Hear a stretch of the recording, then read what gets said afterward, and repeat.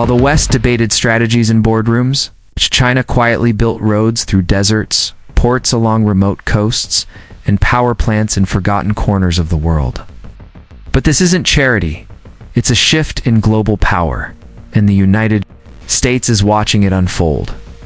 From the sidelines, the story doesn't begin in Washington or Beijing. It begins in Nairobi, the capital of Kenya, where a sleek new railway, the Standard Gauge Railway, slices through the savannah like a blade of steel. It connects the port of Mombasa to the heart of East Africa. It wasn't built by Kenyans, wasn't financed by the IMF. It was funded, constructed, and delivered by China. Now multiply that project by hundreds of roads in Ethiopia, power, plants in Zambia, deep-sea ports in Djibouti, skyscrapers in Nigeria, and digital infrastructure across the continent.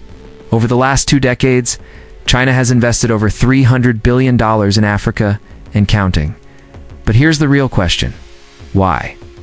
Is it a grand gesture of international goodwill? Is China trying to uplift the developing world?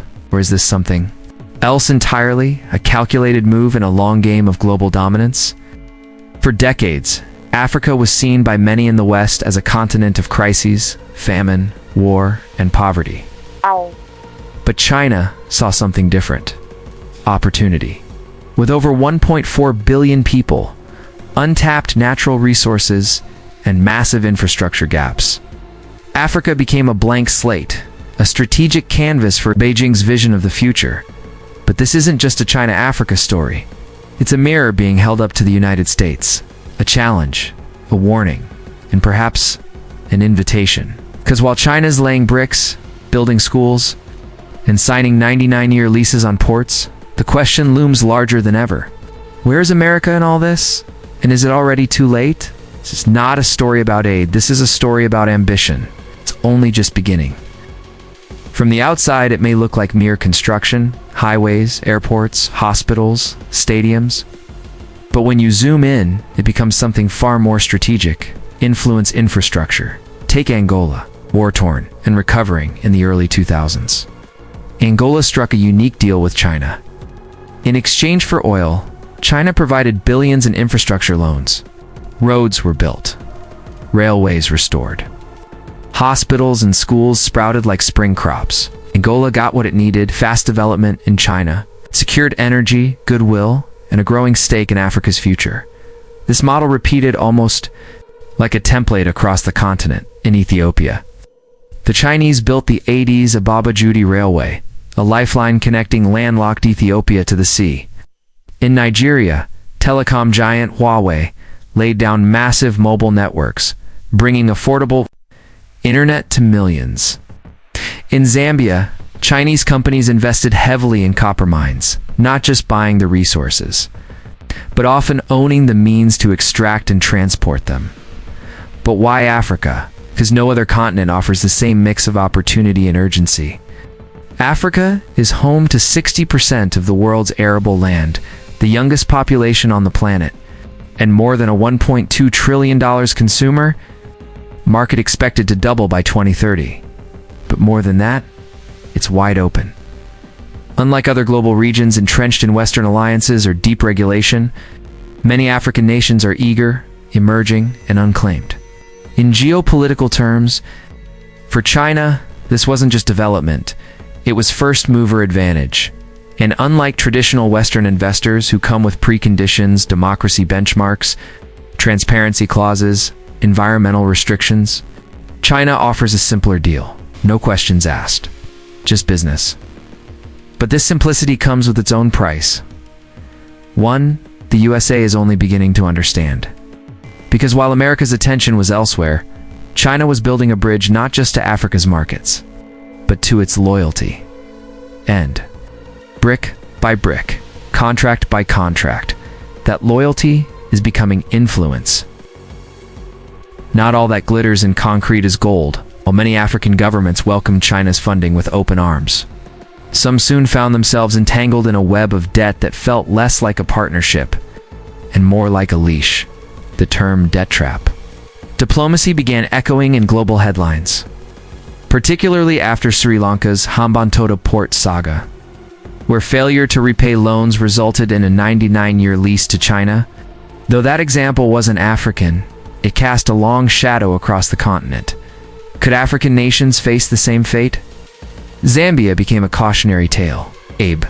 Heavily indebted to Chinese lenders, it struggled with transparency. Even its own citizens weren't sure how much the government owed, as debt repayments ballooned. Funding for health and education shrank. When Zambia defaulted on its Eurobond payment in 2020, the finger was pointed, fairly or not, at its Chinese debts. Yet, the picture isn't black and white. Many African leaders argue that Chinese loans come at a time when Western institutions are slow, bureaucratic, and heavily conditional.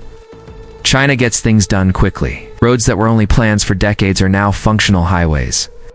Ports that once welcomed fishing boats now host cargo from 5 continents. But questions remain. Are these assets truly owned by the African people? Or are they collateral for a much bigger game? China rarely reveals the terms of its deals, and that opacity fuels suspicion. Behind the glass skyscrapers and new railways lies a quieter unease, one that America is starting to observe with growing concern. Because this isn't just about who builds, it's about who controls. And when control over ports, telecom networks, and power grids begins to shift into the hands of a single foreign power, the implications ripple far beyond Africa's borders. For China, Africa is not just about economic gain, it's a geopolitical chessboard. Every deal signed, every road paved, and every building raised is a move in a broader, long-term strategy. It's not just about trade or resources, it's about reshaping alliances, norms, and influence on China's terms. In Beijing's view, Africa is the future. It holds the voting power of 54 nations in the United Nations, a powerful bloc that can swing global resolutions. China's visibility on the continent through embassies, media networks, Confucius institutes, and military ties isn't accidental. It's deliberate, coordinated, and growing. In 2017, China opened its first overseas military base in Djibouti, strategically located near the Red Sea, just miles from a US base. The message was unmistakable. China isn't just here to build, it's here to stay. Through the Belt and Road Initiative, Chinese influence is woven into Africa's transport systems, digital networks, and energy sectors. Even satellites launched with Chinese assistance link African skies with Chinese hardware, and that means dependence. It's a kind of modern colonialism, critics say. Not through direct rule, but through strategic entanglement. But for many African governments, the perspective is different. China is the only one offering a real path forward. The West talks of development, but China delivers. Meanwhile, America's presence feels faint. Distant embassies, scattered aid, occasional speeches. While the US promotes values, China promotes action. And in places where roads are broken, power is unreliable. And jobs are scarce, action speaks louder.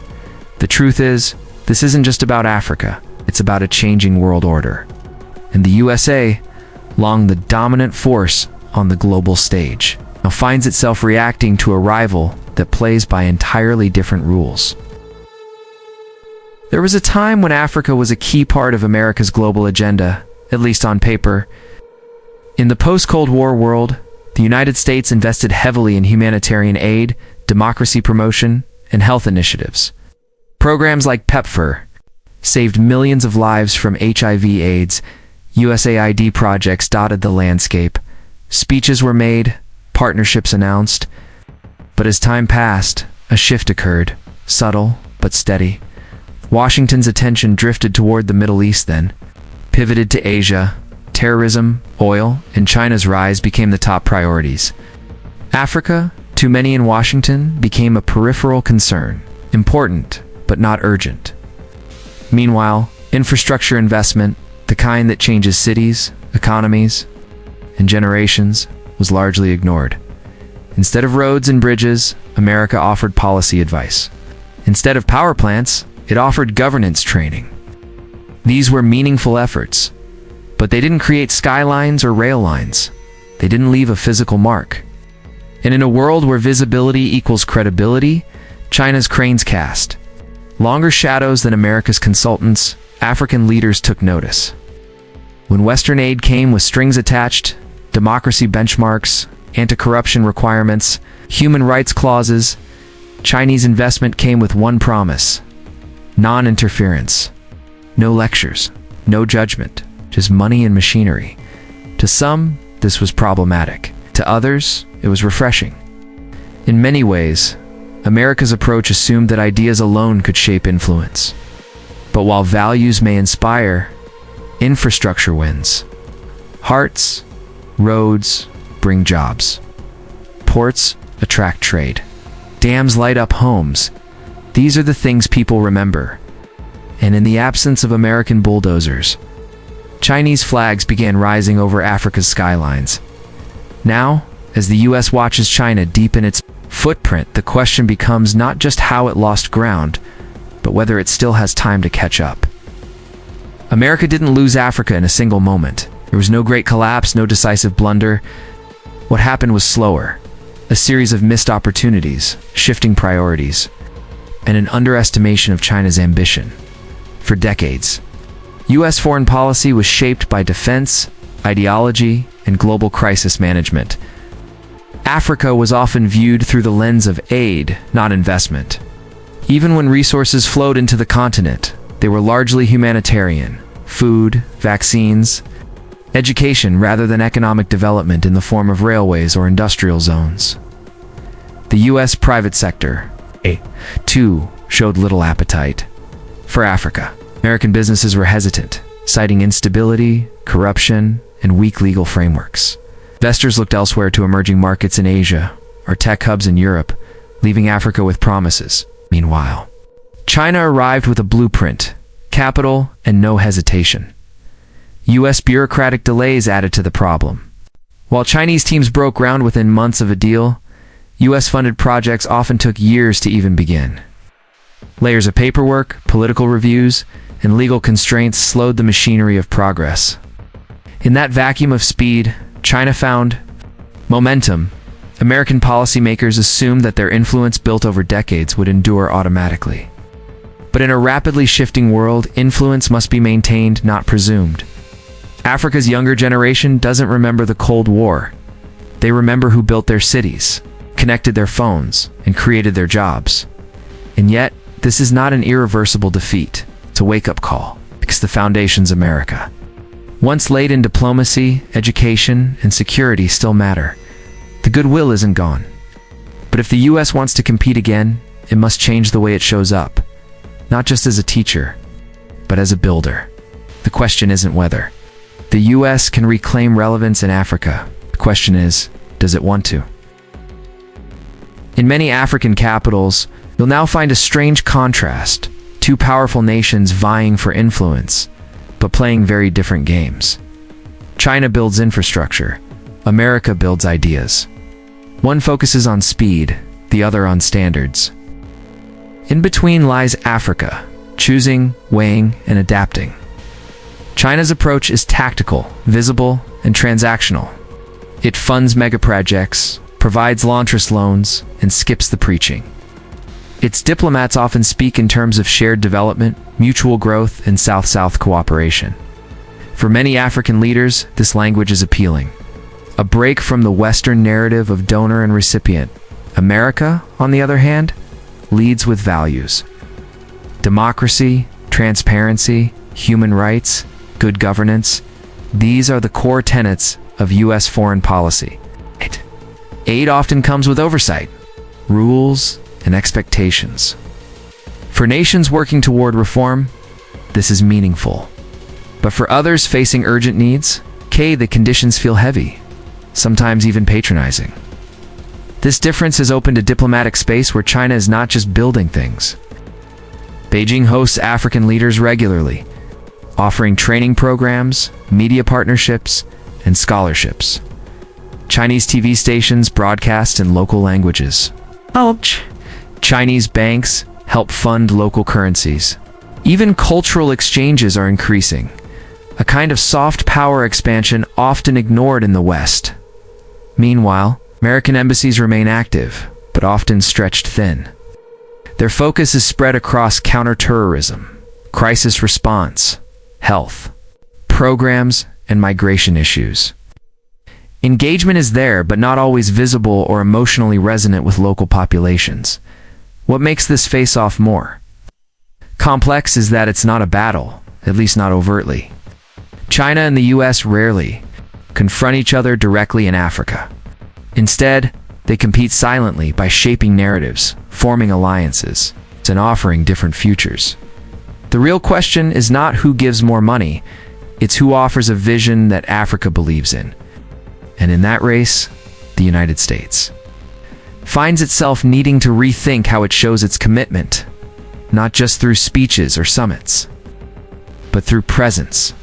Presence that is seen, presence that is felt, presence that builds. Maps don't just show borders, they reveal priorities. And over the last 2 decades, the global map of power has quietly started to shift, not with war, not with revolution, but with concrete fiber optic cables, highways, and railroads. Many of them built by China in the heart of Africa. The old world order dominated by the West, led by the United States, was built on military strength, economic dominance, and cultural soft power. America's reach was vast, its influence unmatched. But as history always proves, power never stays still. With every new Chinese-funded port on the African coast, with every logistics hub, data center, or mineral deal, a new reality is being etched into the continent. China isn't just investing in Africa. It's positioning Africa as part of a larger strategy, one that challenges the very foundations of Western dominance. It's creating a network of dependency and alignment, not just economically, but politically and strategically. The Belt and Road Initiative, once seen as a giant infrastructure dream, is now reshaping global trade flows with Africa as a central corridor. Chinese-backed digital infrastructure, from 5G towers to surveillance systems, is quietly integrating into African states and Chinese-funded universities. Think tanks and media platforms are crafting a new worldview, one that doesn't begin and end with Washington for the USA. This isn't just about influence lost, it's about a new world being born, where it's no longer the automatic leader, where countries have real alternatives, where the message of democracy competes with a message of efficiency, and where America's moral authority, once its sharpest tool, no longer cuts as deeply. This shift is subtle but profound. It's not even a confrontation, it's a realignment. And the longer America stays reactive, rather than proactive, the more permanent that realignment becomes. Because in the game of global influence, who gets there first matters, but who stays matters even more. There's a saying in diplomacy: you may lose influence, but you never lose opportunity unless you stop showing up. That's exactly where the United States finds itself today. Despite China's massive inroads into Africa, the ports, the roads, the fiber optics, the stadiums, the satellite cities, the USA still holds a powerful card: trust. Not with every African government, perhaps, but with the people. With civil society, with youth, with those who still look toward American education, technology, innovation, and ideals as the gold standard. America has a second chance, but it won't come through old-school aid, packages, or top-down policy briefings. It will come through re-engagement on Africa's terms, not America's. Instead of reacting to China's presence, the USA could redefine its relationship with Africa altogether, not as a charity case, not as a battleground for influence, but as a partner in shared growth, innovation, and future building. That means more than just visiting presidents or flashy speeches. It means investing in African startups, not just mining contracts. Supporting clean energy innovation, not just exporting fossil fuels. Building tech partnerships, not just military alliances. Respecting African sovereignty, not trying to control it. More importantly, it means listening more than preaching less. Africa is not a blank slate for superpowers to draw their dreams on. It is a continent full of its own ideas, leaders, and direction. And the USA can either embrace that or watch as others do. This is not about beating China at its own game. It's about playing a better game. One rooted in transparency, its democracy, sustainability, and mutual respect, the very values America claims to champion. The world doesn't need more competition. It needs collaboration. And if America wants to lead again, not with dominance, but with purpose, Africa is where that journey must begin. In the grand chessboard of geopolitics, Africa was once just a square, overlooked. It's undervalued, often dismissed, but not anymore. Today, it's not just a player, it's the board itself. Whoever invests in Africa today invests in the world's future, its people, its innovation, its energy, its cities, its resources, its voice. China understood that early and acted. America, for all its strength and ideals, hesitated. It watched, it analyzed, it debated, it underestimated. But now, the question is no longer what China is doing or even what Africa needs. The question is, what does the USA truly want to be in the 21st century?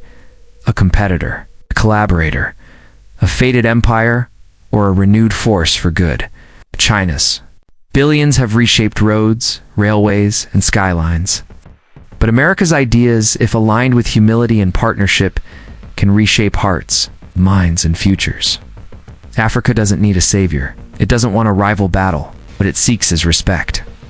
Real, mutual, grounded respect. The next decade will define more than trade routes or influence zones. It will define whether the 21st century is shaped by authoritarian models of state-led dominance or by democratic partnerships rooted in transparency, equity, and shared prosperity. That choice, Johnny, is still open, but not forever. As Africa rises, the world watches, and the USA must decide. Will it stand on the sidelines or finally step in? Not to compete with China, but to stand with Africa.